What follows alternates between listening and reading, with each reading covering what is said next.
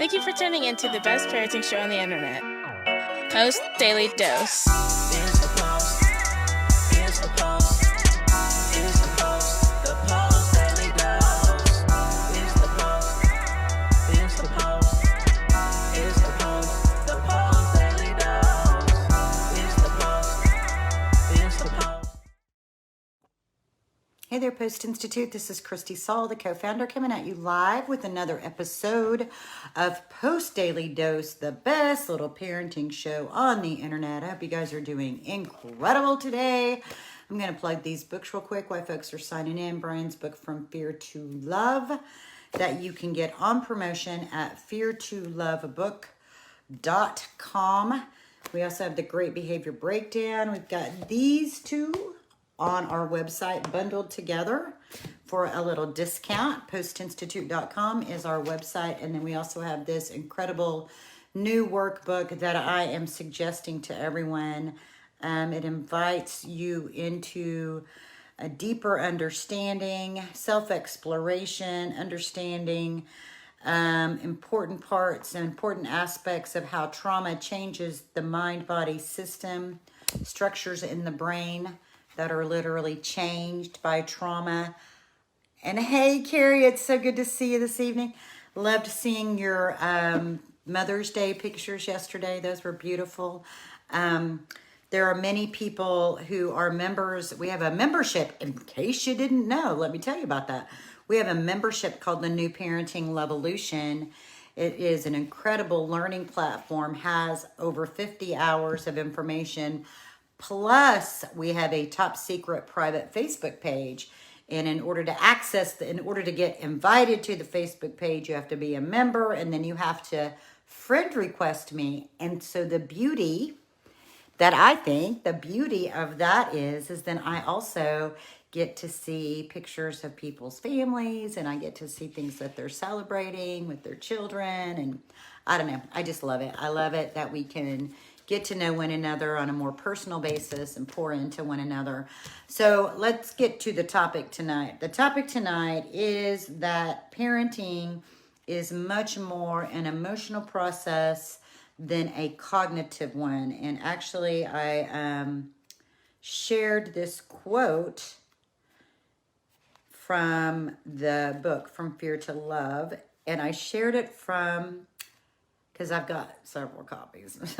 I shared it from a copy that I happen to have in my car, that I happen to have highlighted, and now I'm looking at a copy of the book that isn't highlighted, so I'm having to find it. So give me just a second. Here we go. Page 32. So I'm just going to read from this, and then we're going to talk a little bit. It's critical to understand that parenting is much more an emotional exercise than a cognitive one. The most important elements of parenting, and you're not even going to believe it, the most important elements in parenting lie in facial expression, timing, intensity, tone of voice, gestures, and eye contact. All of those. Hey, Lisa. Oh, here, let me just brag for a minute since I've got you here. I've not got to show this to everyone. I have big plans. I just don't move as fast as I used to. I have big plans to have my wall behind me. I've got some posters that I want to put up, and I want to create an art gallery. And I had actually, Lisa's in our membership too. I had put out a call to our membership for pieces of art.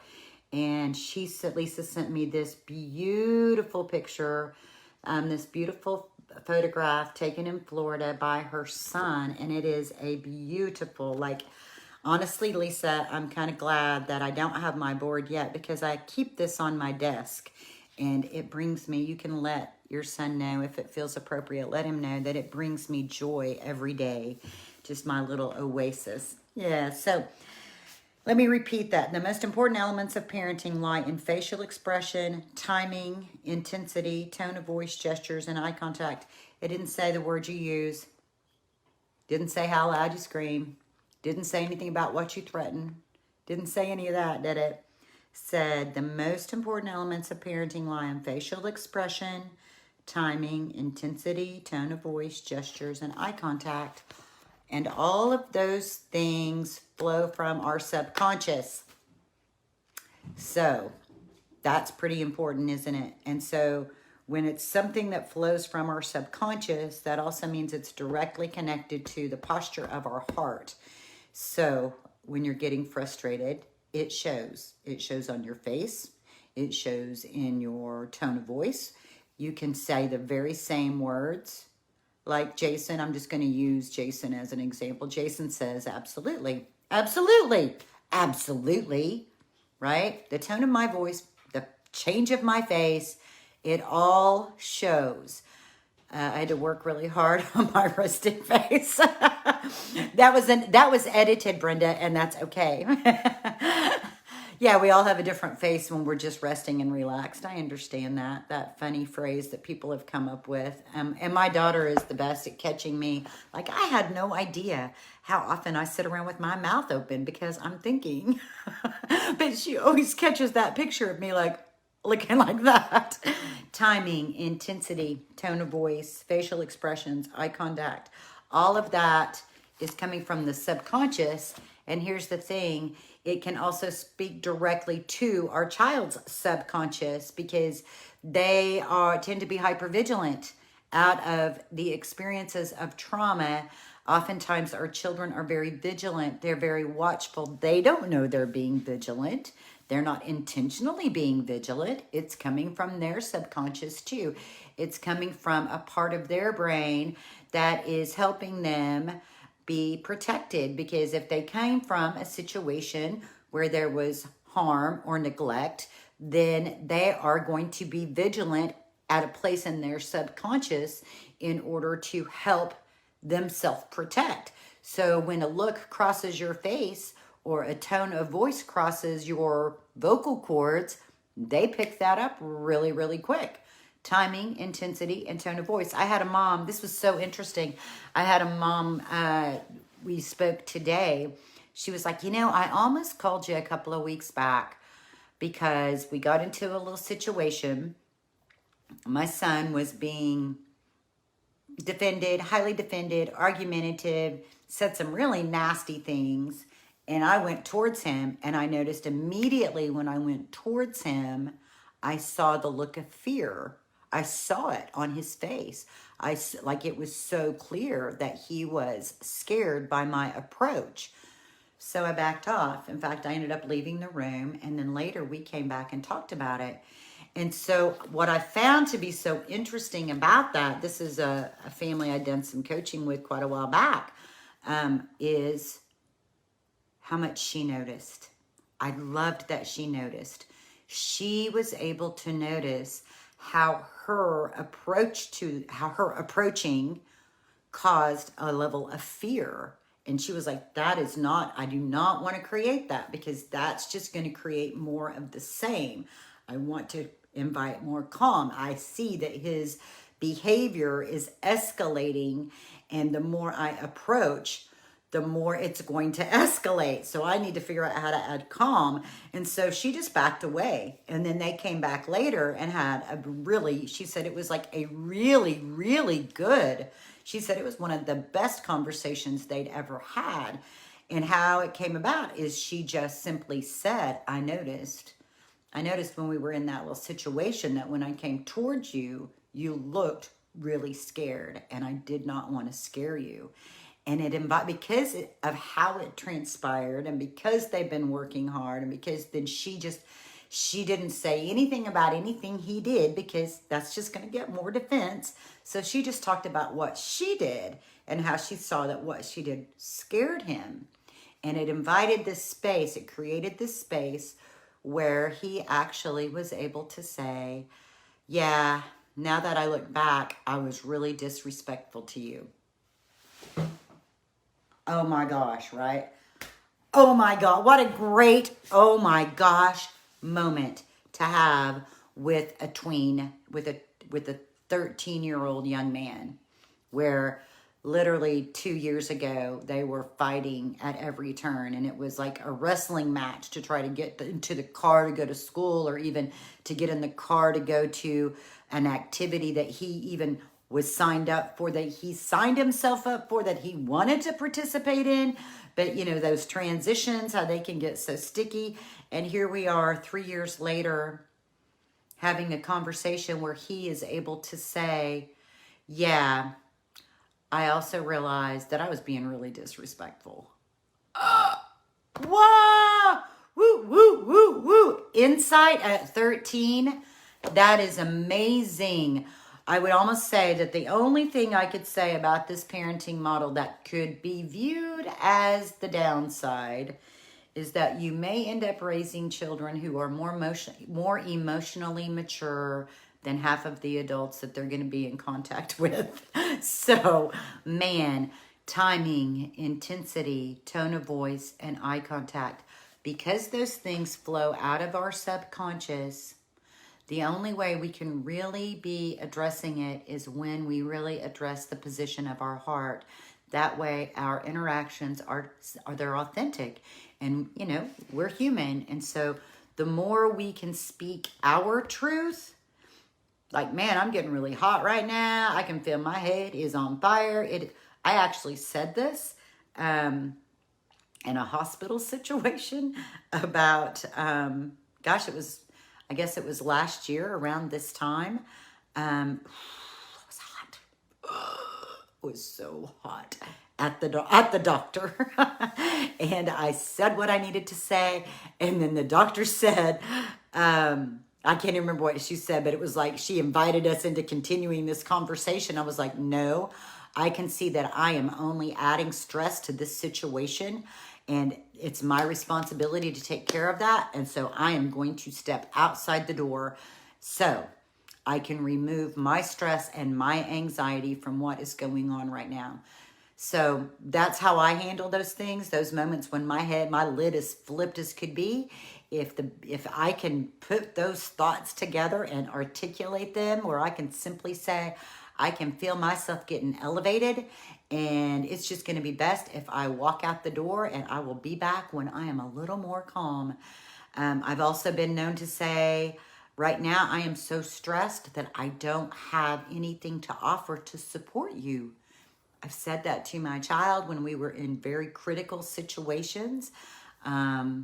That at least is letting them know, like in the moment, like I can't even comfort you right now because this is a really big, serious situation. We need to get some help.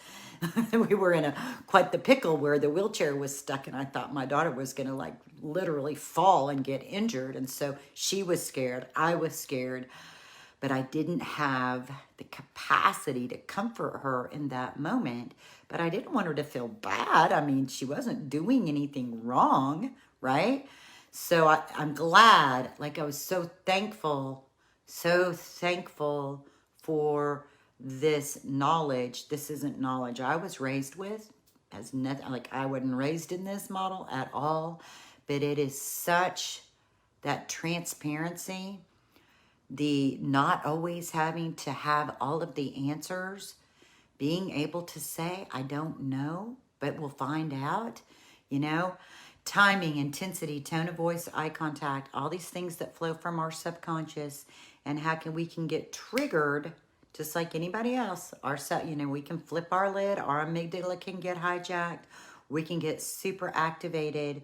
And in those places, if we've not done the work on the position of our heart, we can fly off the handle.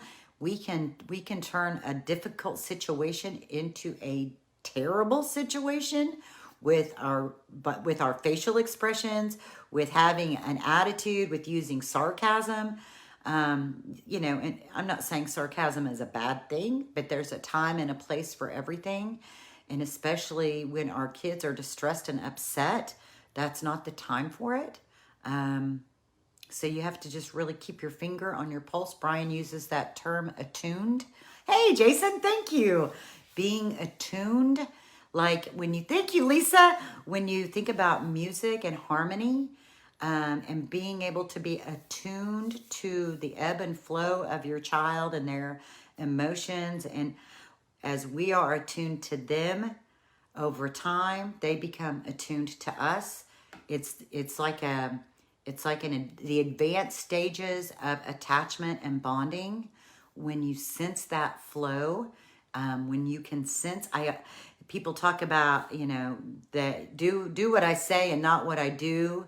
That never worked. They're always watching us, and they're also always feeling us. They're always feeling the energetic vibration. And so it's just better to claim your emotional state, state it out loud. We're not very good at that. We're just, a lot of us, we didn't grow up having permission to even have our feelings. And so we're not always the best. A lot of us, we were sent away with our upset feelings to sort them out. We were told to fix our face. We were told ain't nobody got time for that mess. And so we don't have a lot of experience in the moment, especially from our own formative years, right? So our own brain formation hasn't really been created in a way where we are even fully aware of our own emotions. So that's the work for us as adults. A big piece of work for us as adults is slowing down, check yourself, check your body, check your shoulders, check the places where you tend to hold your stress, and notice how you're feeling, and then learn how to put it into words, like being able to say, man, I'm feeling really stressed right now. I think I need to take a break. I need to take a break, and I need to take a few deep breaths. When we are able to do that as adults, they are seeing us all the time. They are learning, and it also helps them make sense out of why we're acting the way we're acting. If we are like grumpy and fussy budgets, and we're just like all but we say we're fine, that's just confusing. And especially when you're talking about children who are trying to protect themselves. Their subconscious is picking all of this up. And so they're picking up all these pricklies, but you're saying you're fine. You're not helping. It doesn't help to say you're fine when you're not fine. You can say, I'm feeling fatigued. Maybe my nutrition's off. I need to get some protein because my last nerve is feeling like it's frazzled. Just begin to speak these things out loud. One, it helps take the energy out of it. When it passes, just simply letting those things cross your lips with words, and you'll just notice imagine it being like this balloon of energy, and when you speak it, it just deflates. It just deflates it. It takes all that compressed, and it's like the same thing happens with tears. If you breathe while you're crying instead of holding your breath, we do this thing because we've been taught not to share our feelings. And so when we have emotion come up and we feel tearful, the first thing we do is kind of hold our breath, and our face gets all scrunched up, right? Because we're trying really hard to hold it in because we were told never to cry and people don't want to see our tears. And when we do that, it lasts a really long time, and it just gets suppressed so that it can get connected to the next time. And then we suppress, and pretty soon we're just up to here with emotions that we've never just allowed to come out. If you feel tearful, just take a deep breath and let it flow. You'll be amazed at how quickly it resolves. And then we can teach our child that same thing. We can teach them just to take a deep breath. They're just tears. Let them out. It's okay. It's a good release. It's good to release that. It's not good for us to hold it in. There's a whole lot of room out here for all those emotions to be, and just let them float away.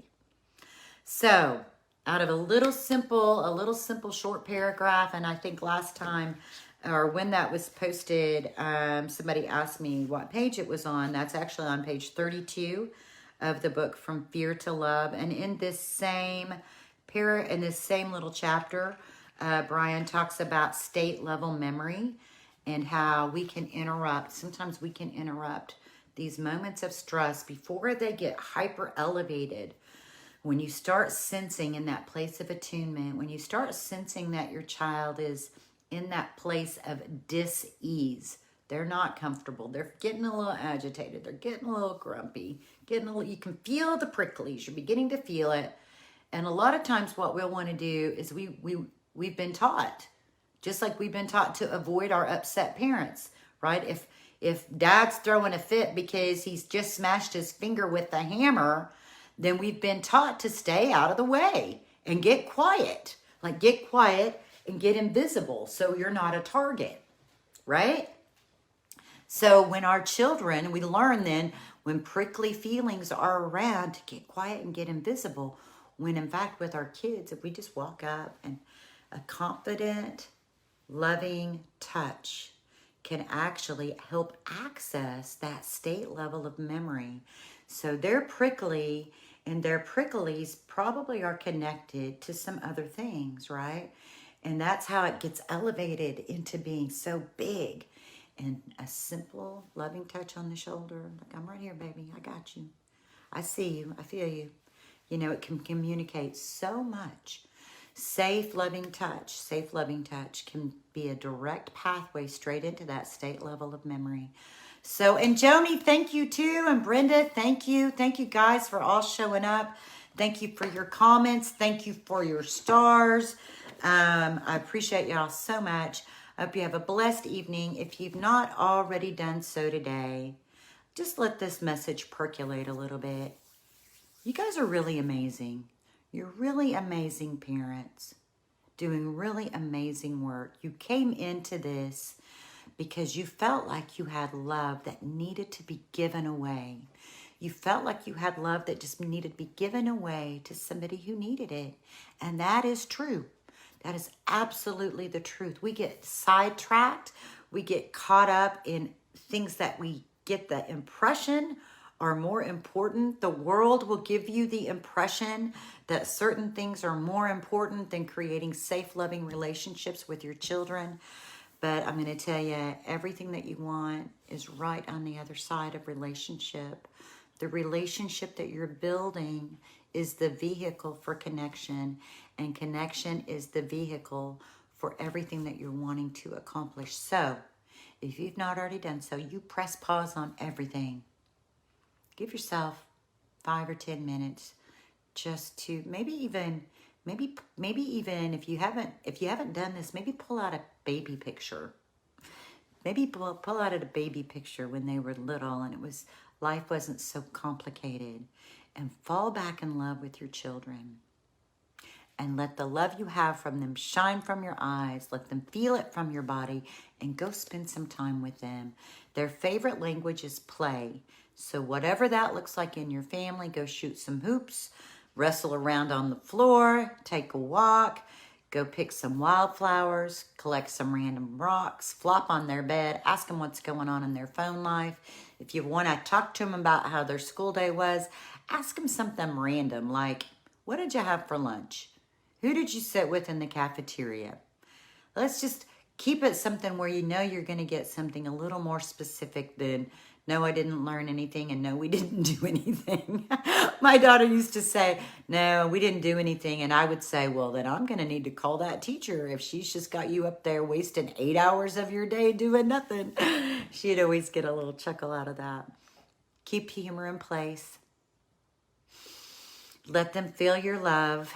Remember, in any given moment, we can act out of our blueprints of stress and fear and overwhelm. We can all flip our lid. We can take 1 to 2 to 3 deep breaths. We can choose love. Much love to you guys. Have a blessed evening. We'll see y'all tomorrow.